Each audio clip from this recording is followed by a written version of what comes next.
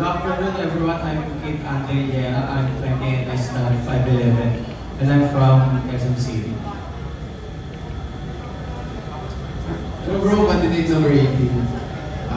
What makes you join this pageant? Ano yung reason why ka nag-join the pageant? My reason is this is my first pageant. And for me is I want to experience this kind of event, and I want to boost my confidence when it comes to this kind of event. And this is your first pageant? Yes. Nice. As a first timer, ano ang ina-expect mo sa pageant na ito? Sa joining mo? Ina-expect ko po sa pag-join ko dito sa pageant is makakatulong ko sa akin para umangat yung confidence ko, para mas humarap pa ako sa mga matamit tao. Shining type of person ka ba? Yes po. Kinda. Next question. What is your favorite color and why? My favorite color po is blue, and nung bata pa po kasi ako parang doon lang ako nagandaan sa kulay niya, so that's my favorite.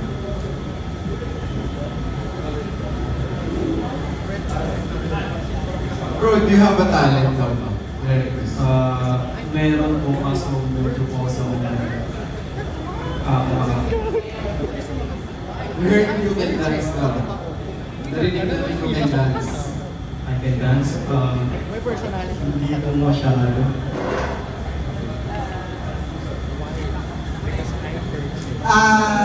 Anong province, if ever, na you're chosen as one of the official candidates, anong municipality, province ang represent? For me is I will represent my own city is Quezon City kasi dito na po kasi talaga ako lumaki. NCR lang po talaga. What is one word that describes you and why? Happy. Yes, palagi po kasi akong masaya, and kahit anong problems is pinipili ko po talaga lagi makasaya.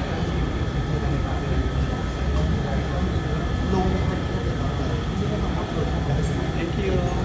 Number 18, wala ka talagang talent. Singing po. Pero, Singing. yes, paus po. Paus naman. Ako na lang po kakanta.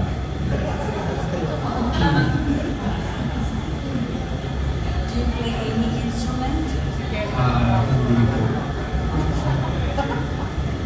So can you describe your parents? My parents is, syempre, first of all, mabait and sobrang hardworking po nila para sa aming mga bata. Though may mga problems po na pinakaharap na hindi po nila pwede sabihin sa amin, pero as a child po is kailangan po namin tulungan yung magulang po namin kahit ayaw po nila.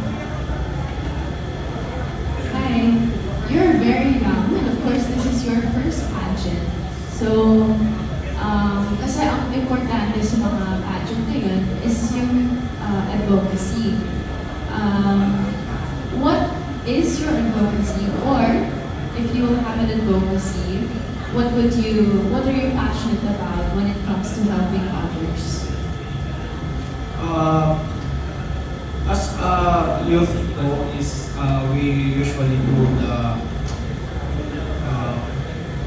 pumupunta po sa mga AITA, and nagtuturo po kami ng mga kids doon about sa school, about po sa kung ano po ang buhay sa labas po ng province, and kung ano po ang hindi nila nalulungin sa nakikita ng natural na kagana ng bata.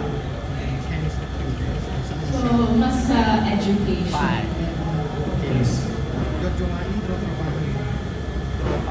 Any Any more questions? I think we're good. Thank you so much. Thank you, Keith, from Quezon City.